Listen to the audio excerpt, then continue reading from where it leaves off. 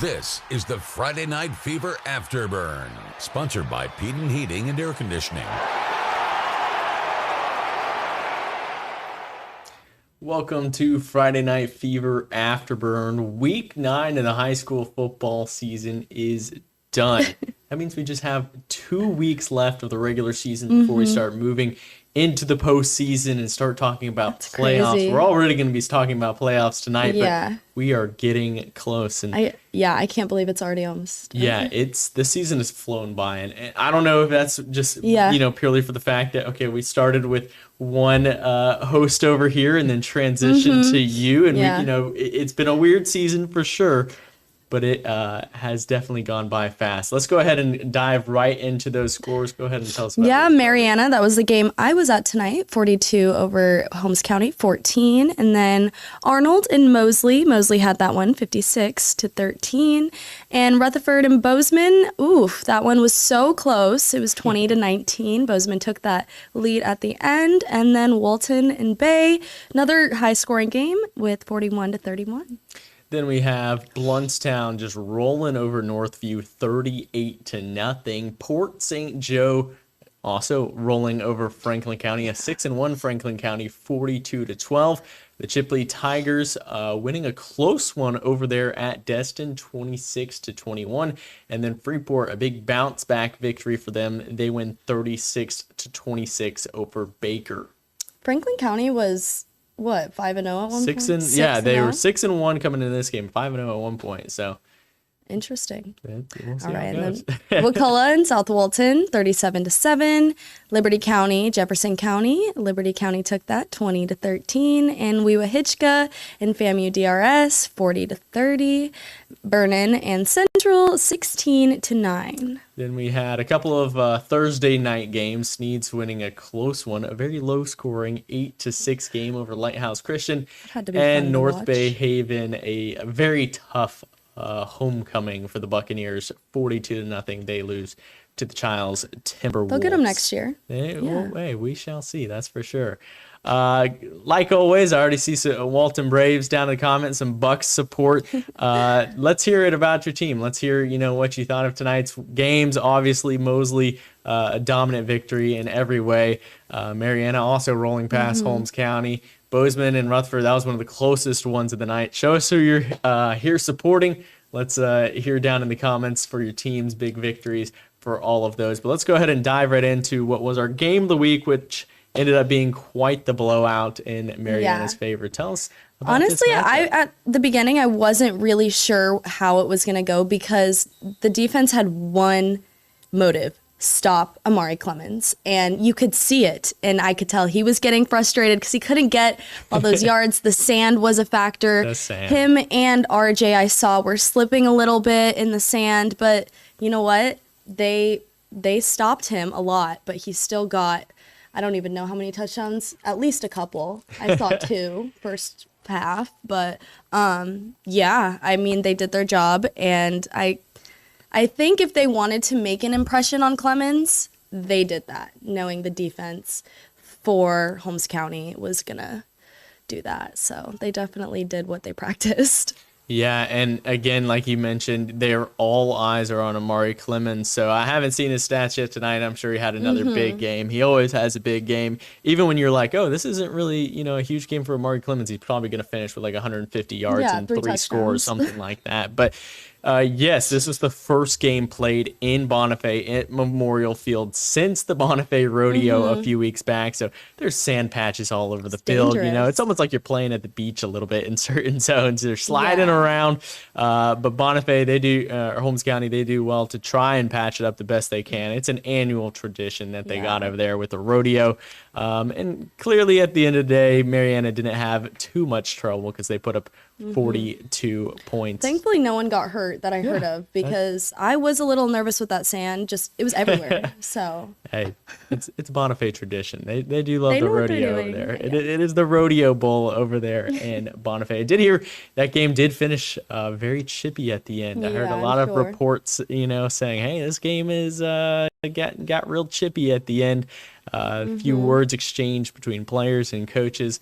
But in the end, Mariana wins 42 to Yeah. 14. I heard and it a little they bit too. are still undefeated. Yeah, So yeah, they are. I what's mean, that? good for them. Is that Yeah. 8-0? 8-0, or is that 9-0? It might be 9-0 because they They have have their bye. bye week this week. So Oh. I think that's 9-0 for Mariana. So yeah, quite the start for those Bulldogs. They just have one game left from a perfect regular season. That's what they said when I interviewed them at the beginning. They want to see 10-0. Hey, 10-0 would be real nice, especially if that can give you a home playoff game in a few weeks.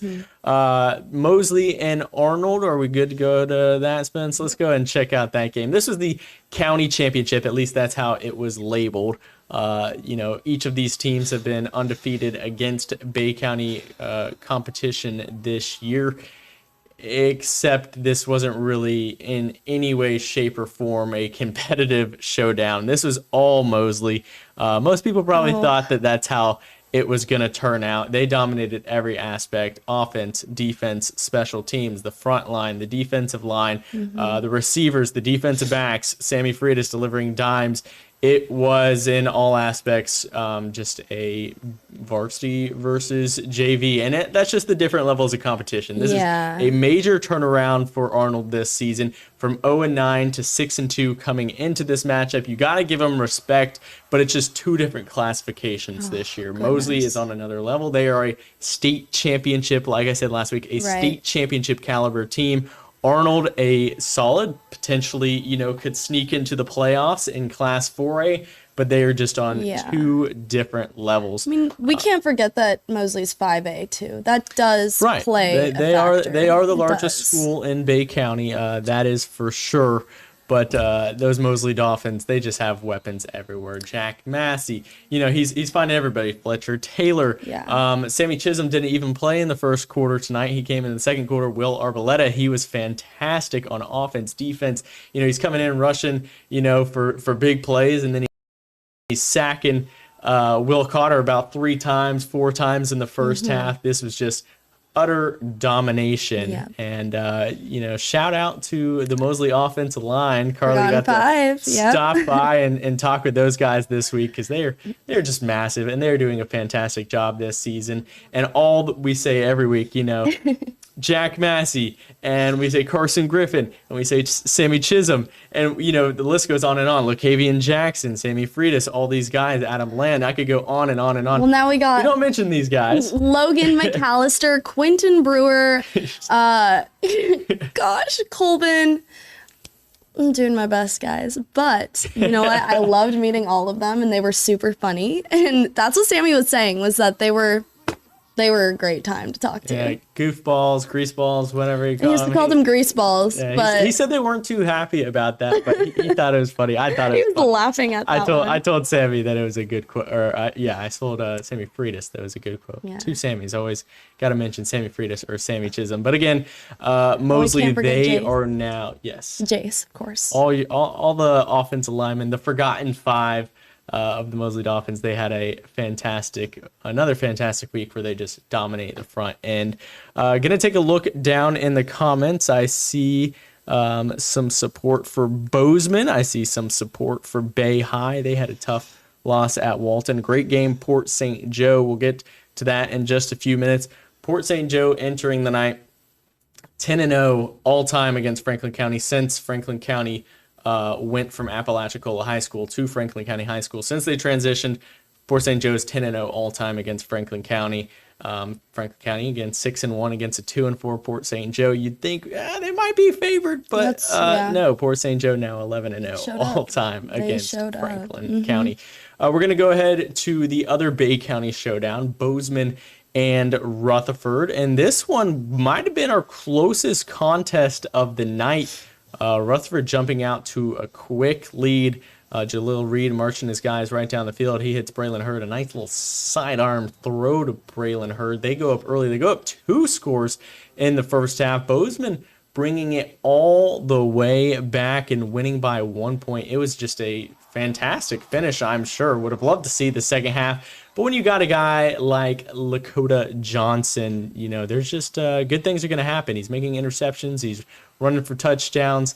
And the Bucks, this was a season-saving win, because realistically, the top end of Class 2A Region 1 is really, really good. I think there's 5 teams in the top 10 of Class 2A Region 1, and then there's a steep drop-off. And then when you get to 7 and 8, there really is a mix where I think Walton coming into the night might have been the 7 seed.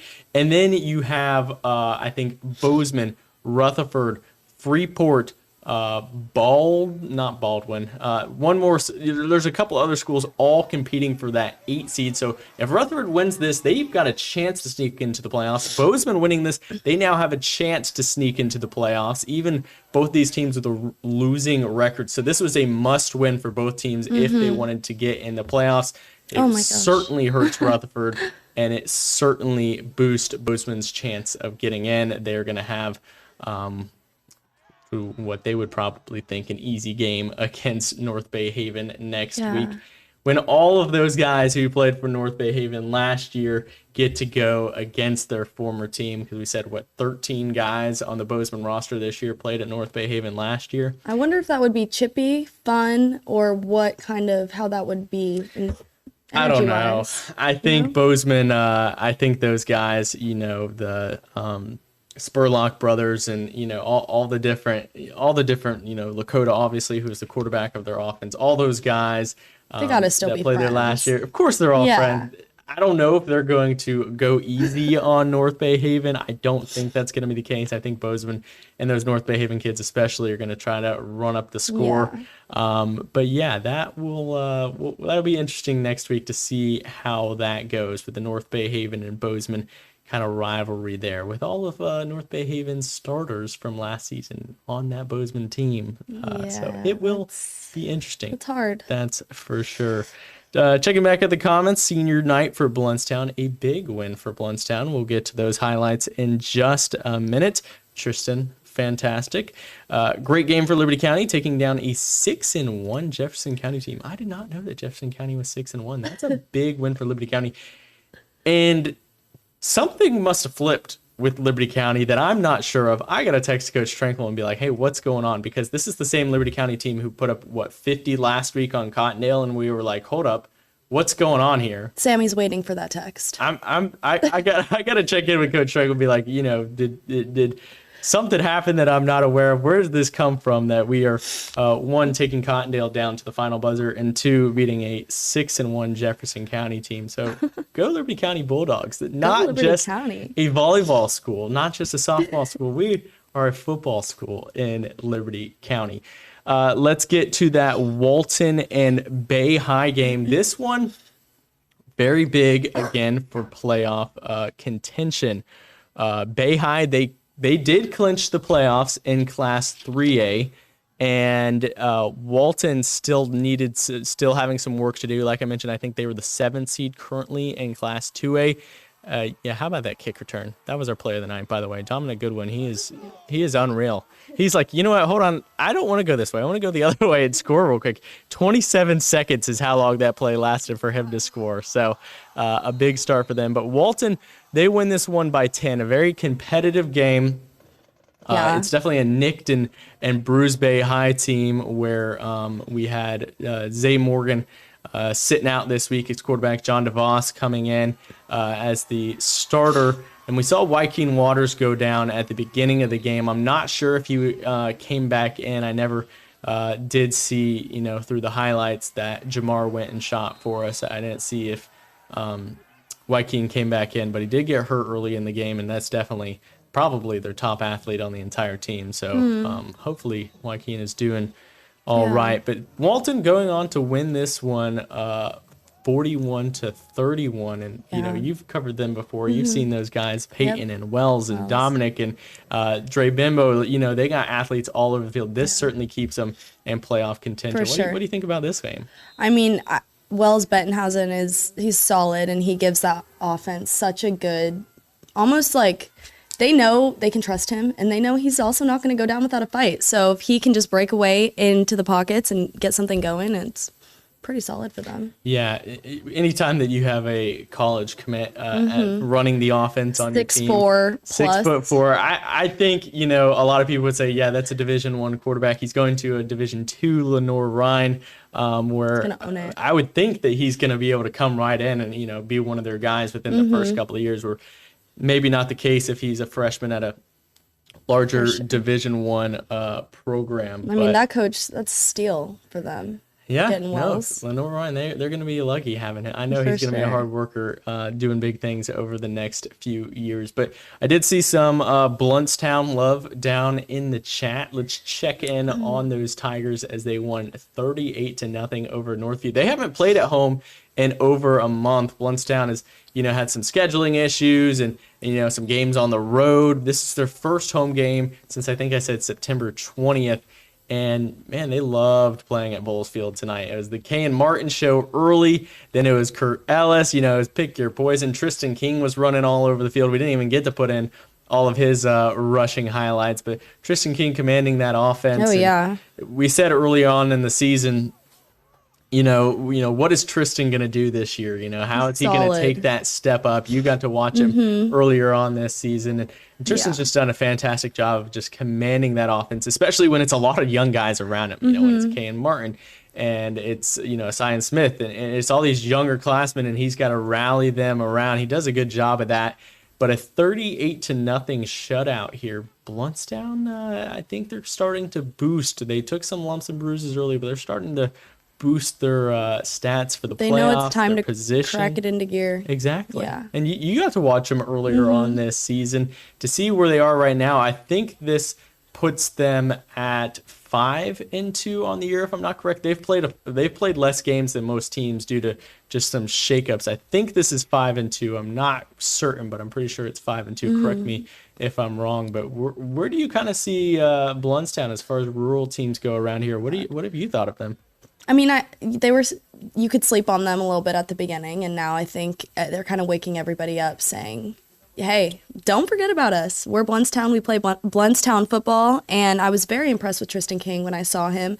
I don't know I think he was doing kickoff, punting, quarterback, dynamic quarterback, and I can see with their stats, they've definitely turned it up. So good for Bluntstown. Yeah, and this is after they played a game in the Jacksonville area on Saturday. They were at Dixie County this last week, and you know that was a rescheduled game due to a hurricane coming through and all that stuff. But they won that one, and now they've won this one, and they're getting hot at just the right time. And 5-2. They are 5-2. Miss Hope Just correcting me too. down in the chat, making sure I'm on my P's and Q's down there. Kurt Ellis, this is back-to-back games where he's got multiple touchdowns. He's been looking real good for Bluntstown. He led them in scoring this last week against Dixie County, and another big game for him tonight. Good and they've for got Holmes him. County next week, so that's going to be definitely a tough. It will be tough interesting showdown. for sure. I think that's in Bluntstown. We'll get to that in just a little bit. I do see from Liberty County's John Brock, any highlights or analysis on FSU Duke tonight? No highlights. My analysis, Florida State's terrible. I'm a Florida State He fan, said it, I and my didn't. heart just hurts. It's just hard to watch. Put Brock back there, put DJ back there, put Luke back there. They're pretty terrible. I think this was the first time the Dukes ever beat Florida State. But that's my analysis. We're going to go back to high school football now. Go Noles. I hate and love you. So here we go. Port St. Joe and Franklin County, 42-12. Like I mentioned, Port St. Joe was 10-0 all-time against Franklin County. Make it 11-0. They were dishing it up against the Seahawks tonight. And Franklin County starting the year, like you mentioned, 5-0, and this is another one of those programs like a Arnold, where last year 0-9, this year 6-2, last year 0-10, this year 6-2. This is still whatever There's different levels of success. There's Mosley success, then there's Arnold success, there's Franklin County success. There's different levels of success. Franklin County, this is certainly a successful season. And for St. Joe, man, those guys, they fight hard. Obviously, just a incredibly difficult season for them, and losing their star player earlier on in the year, but they've been fighting for chance, and it's been fun to watch each week as even if they may be outmatched, this game that definitely pretty evenly matched, they play hard, and Coach Tanner Jones and those guys, they work hard, and they had a lot of highlight plays tonight too in front of their home crowd. It was Yeah. a fun one to watch. Have you seen both these teams, or have you only seen Franklin County? No, person? I saw Port St. Joe. I believe, was it last week? Did they play Boseman? Or was Yeah, were you at Yeah. that? Were you on that one last Yes. week? Wow. So time flies. what was I doing? That was a Thursday night game? That was a Thursday game. Okay, I was gonna say, 'cause I did not go live. I was like, wait a second. Yeah, no, that was the But Thursday night game last week. I do think, though, Franklin County, no matter what, they're going to finish over 500, and that's a win. So, right? Like, that's... It's a winning season for them. I don't know. They've only had one winning season total since, like I mentioned, when they went from Apalachicola High School to Franklin County High School. This is only their second winning season ever. I still... not sure their last few games, but I think they've got a chance to finish a couple of games above 500. But a big win for the Tiger Sharks, and they are now 3-4 on the season, I believe. Is what the last of the highlights that we got. Is that right? I do see Coach Nichols down in the chat. Bluntstown, Holmes County game of the week. It's certainly an option. You'll see me there, whatever it is. Try to avoid doing the same school back-to-back weeks, but when I looked at all the list of games for next week, it might be our best matchup. Now, Bay and Rutherford could also be a good matchup. Bay's in the playoffs, Rutherford kind of on the outside, way outside looking in. Great matchup. But as far as just both teams with a winning record and both teams in playoff contention and just what could be a really good matchup, I think Holmes County and Bluntstown really could be. So there's a chance. There certainly is a chance that Holmes County is a part of the game of the week 2 weeks in a row. I see John Brock. When will we know the volleyball selections or brackets? I believe that Sunday the FHSA gave the girls a couple extra days with districts, especially down south with all the games that got canceled and everything and postponed due to Hurricane Helene and Milton. They've given them a few extra times. So I believe on Sunday we'll have the volleyball brackets. I will let you know. Check in with Carly on News 13 this week, and she will let you know on Sunday. Yeah. Looking at next week's games, Mosley and Gulf Breeze. That is a Thursday night game. Mosley, I believe mathematically is already the district champion. A win over Gulf Breeze solidifies it. That would make them 3-0 in their district schedule this season. Bay and Rutherford, a rivalry game. That's probably the oldest rivalry in Bay County. And the teams are relatively well matched this year. I would say Bay probably the favorites, but it's always fun when we got a Rutherford and Bay showdown. Sneed's on the road at Port St. Joe. That could be interesting. Both of those teams coming off a win this week. And then Holmes County at Bluntstown, like we mentioned, possibly the best matchup of the week. Cottondale going on the road to Vernon. The Hornets coming off a bye week, so they should be well rested. They probably needed that rest because that's one where we had Cam Odom coming off that injury, and now I think hopefully by Vernon next week he's going to be at full health. Yeah. And you love to see Cameron Odom and a Jock Garrett and all those guys over there at full health because they put up a lot of points. Yep. Freeport at Walton. Again, both of these teams in contention for the 7-8 seed in Class 2A. This one is pivotal for both of those teams. So where it's not a district championship game, both of those teams are not in contention for the district championship. Pensacola Catholic is going to win that district. Freeport and Walton, a win next week could certainly propel you into the playoffs. What happens to the losing team? It makes things really difficult. Okay. So, if you lose, there's a really good chance you don't make the playoffs. If you win, there's a pretty solid chance that you do make the playoffs. So that one also, just for significance, could potentially be a game of the week. We'll see. Pensacola Catholic and South Walton. I think South Walton's playing at their middle school this year. Well, they're building that brand new state-of-the-art, gorgeous turf field that's going to be coming around in the next couple of years. North Bay Haven and Boseman, we already mentioned that one. That's going to be all the former players trying to beat up on their old school. We'll see how that goes. Weewa Hitchka at Jay. When Weewa scheduled Jay at the beginning of the year, I'm pretty sure they didn't realize they were going to get a very good Jay team, so that'll be tough for Weewa. Lafayette going to Franklin County. Franklin will try to bounce back from the loss. Rickards on the road at Arnold. I believe that's a district game. And then we have both of the Bulldogs, Liberty County Bulldogs and the Mariana Bulldogs, on a bye week. Is that all the games for next week? Awesome. It will be an interesting week, that's for sure, because there is a lot of playoff implications at this point. Do we have any Thursday night games? Just the Mosley at Gulf Breeze, so that's over in the Pensacola area. So we I won't be gotcha. able to get to it unless that one, for some reason, is on the network, and then we'll try to get that in the show on Thursday. We'll see how that goes. Coach Olds, I appreciate you, and we love those Rutherford Rams and covering the Rams. They've been fun to watch this season. Despite the record, they've been a lot of fun to watch this year. Wow. I don't think I've gone to a Rutherford game. Yeah, I've been going to all the Rutherford games this year. That's what happens when I'm covering all the Bay County. He sends me far away. Yeah. She's like, man, Bluntstown is such a far drive. I'm over at Tommy Oliver.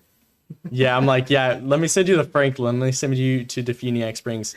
She's never even heard of Paxton. We'll get her there for basketball season. But it's been a fun week 9. If you want to watch all the highlights from tonight, we'll have them posted on WNBB, mypanhandle.com. Next week is week 10. 2 more weeks left of the regular season playoff on the line. That's going to do it for us tonight. Y'all have a good night.